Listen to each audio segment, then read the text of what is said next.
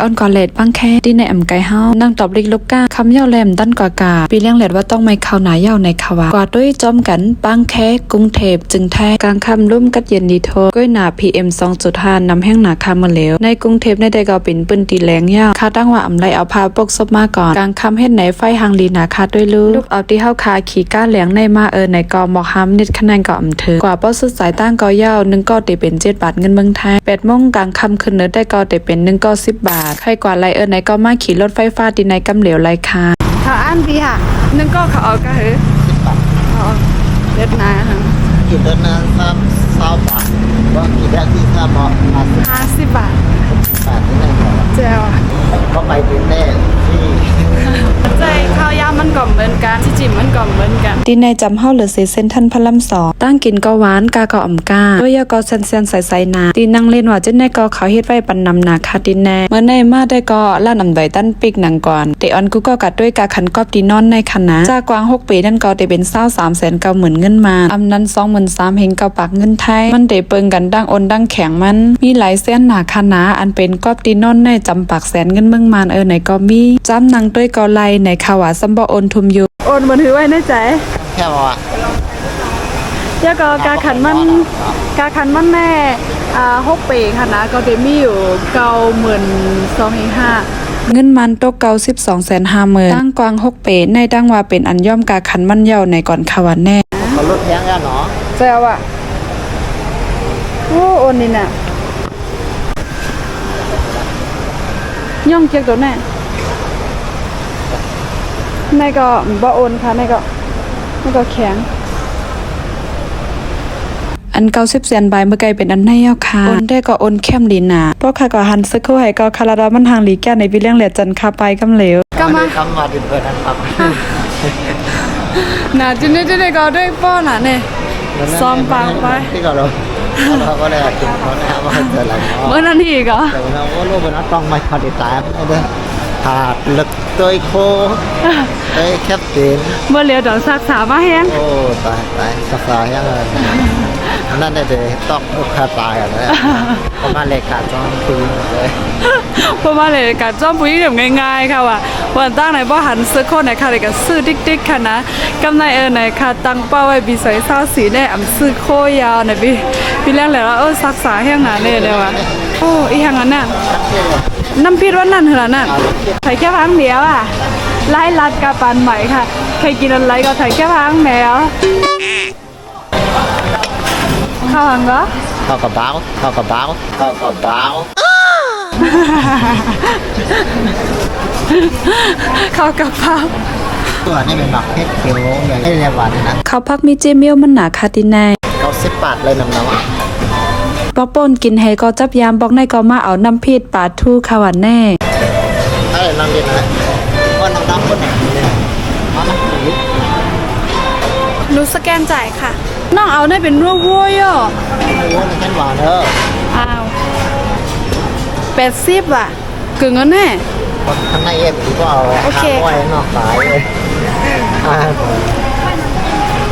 อันกับมันอันแล้วเห็นว่าเขาได้ไว้บันดังนาเสียงมันจึงไหนคะนะคำพองได้ต้องไม่เข้าหนายาวขาวแน่ไล่มาน้ำพริกปลาทูแหไข่ไก่น้ำพริกปันไรวะเก่าเจอเหรอว่า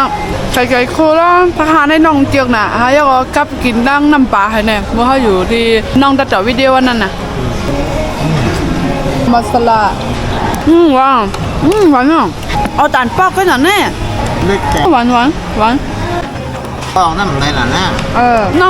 น้ำจิ้มอันลำพิษมาไกลน้องเอามาลงสุดที่น้องหันหางลำพิษไว้นะนี่มี2 อันนะเขาให้เอามันน้อยตัวกับน้ำพิษค่ะบนหลอออกข้างนอกนี่หรอที่อยู่ในกระวังไข่ไก่โคกุ้งหอยร่อนฟ้ามากินวันนั้นจิ้มด้วยแห่เอาจับใจแปะโอเคค่ะอ๋อน้ำแข็งก็ให้หรอคะอันนี้ก็ให้หรอน้ำกินน้ำอิ่มมากไปอิ่มไข่ไก่ในขอบหนาเขาเดโคน้ำมันน้ำมันเหลือจะนันคันเนตั้งนอกในเขาเดหังเครื่องไว้เต็มต้นเยยาว่ะต้นไม้ว่ะไฟว่ะจะในหังลีนาคาอันในเขาเดเป็นที่เลนตั้งนอกคาเขาเดไว้ปั่นตอนดาดลูกอ่อนเลนก้อยกาก้นหลงมากขึ้นเลนเจิกมันว่าจะในกึมลีนาคานะว่าเตกอขึ้นเลนไล่เต็มลูกอ่อนก้นหลงเต็มอุจ้าว่าจะในกอเขาไว้ปั่นตั้งนอกในนำเตคา ก็เล็กในตารางเฮือนแต่ก็เฮาก็เลยมีอุจ้าในก็ล้วนคอนนำให้เปิ้นเฮาค่ะว่าเอาผ้าไหมขี้มดเฮ็ดหยงแซงว่าจังได๋แหลูกอ่อนเมืองเปิ้นได้กาดกูตีในในเขาก็ไว้บันดีเอ็นกูตีค่ะอันในฮะก็มาขี่ด้วยพึ่งเลยตั้งนอนอ่อนค่ะว่าแน่ตุ้งตางว่าจังได๋ก็มีหมอกเขาก็ห่างเคิงป้อตันว่าเป็นหิ่งห้อยอ่อนยาวค่ะไฟในป้อว่าเฮาค่ะต้วยไก่มาในเต็มเมินหิ่งห้อยน่ะค่ะย้อนเบิกเคิงมันเขาเอา1ไว้จังไหนเป็นตีนางเล่นนาแต่หมอปังแค่สายาใจลีน่ะค่ะมังเจอเย่ากันเย่าก็มันนางเล่นเสตังไกมือป้อกลางคำได้เกาดีกรุงเทพในอ่ำป้อไม้แห้งกะหือนังก่อนคันนะกะดีเงี้ยนอยู่มีลมพิวๆเสอันในก็จะเป็นต้นหมอกเยอะอันโคนให้ก็อันไกลมีในป่าเขากาบนั่นคันนะเบิ่งเฮาได้ซิดเป็ดตีเป็ดแก้คันไหนเบิ่งในได้เขาเอาเฮ็ดตาหางลีแหไตไฟปั่นในมันก่อนกะคันอันว่านั่นอยู่ที่เฮาอยู่ถูกดีมันป้าอันวางคันเนาะในก็เป็นเส้นทางกับจูตารถไฟฟ้าค่ะ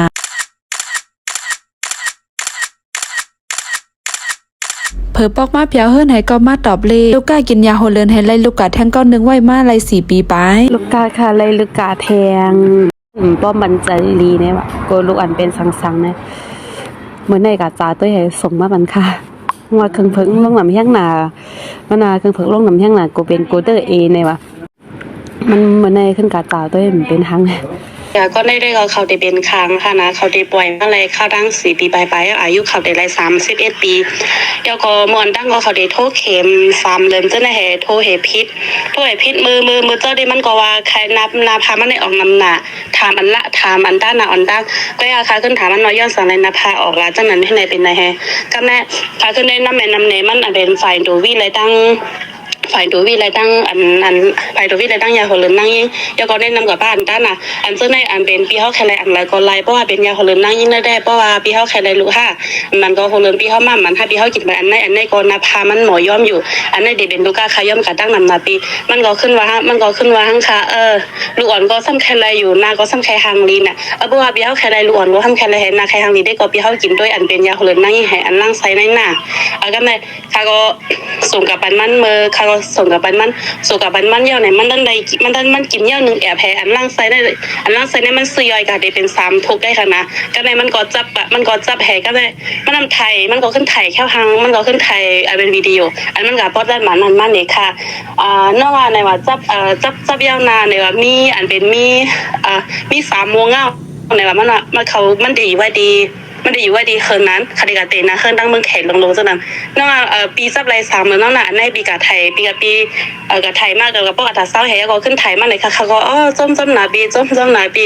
ลูกกามาซื้อกะติโตแดนคาน้องสวยอู้สวยหลีเมืองแขลูกกามีลูกหยาบให้ก็มาซื้อกินยาโฮเลินที่น้องสวยอู้ก็ในเป็นลูกกาน้องเขาก็ที่12อันไรลูกค้ามีลูกหยาบว่าจะเน็ตว่าเป็นตั้งป๊อดเมืองแขตึงบังกาที่น้องเขาไรค่ะยาโฮเลินคลิปเพลสแน่โฮเลินมาให้เป็นต้องเจ็บต้องแก้นอำนั้นมีนาพาไว้เกิดลูกเลือดอำเซนและใกล้ๆออกมนมันว่าจะแน่อำนั้นย้อนใจตื้อยาให้ลูกนำให้ก็มีลูกหยาบว่าและสังคลิปเพลสแน่ด้วยถึงบันห้องลูกเข้าไรแคมหนาค่ะดังมันเขาเดห้องมันว่าแต่เองด้านเซไทยเดห้องว่ายาบำรุงมนลูกความใต้ได้ก็ยาด้วยถึงบันห้องลูกนั่งยิงเฮาเดจ้ากินและจะเมื่อโฮเลินเฮามาค่ะกินยาซ้ำเข็มให้ลูกอ่อนไว้และสังยาคลิปเพลสแน่มันเข้มต่อไปอยู่หลีนั่งยิงเฮาค่ะเต้ป้อเป็นโตค่ะเดกินกูวันป้อว่าวันโฮเลินมาเดกินวัน2 โดอันในซ้ำเดเป็นยาล่างกล้องที่ในลำไส้และตั้งในปอดเจอต้องปีกว่าต้องอ่ำกว่าลีว่าเช่นนั้นและสังหารในแนะนำเต้ค่ะโคของมิวป้อม80 บาทค่ะขายไว้ในเป็นมิโครแบรนด์คุณหมอเศรษฐวีเกตชวนันท์อันมั่นใจไรจุมคู่ปรากูภายป้ายหมอยาเซมก้ามั่นใจเป็นหมอยาที่ห้องยาสุริราชห้องยาคุณหอคำไทยแล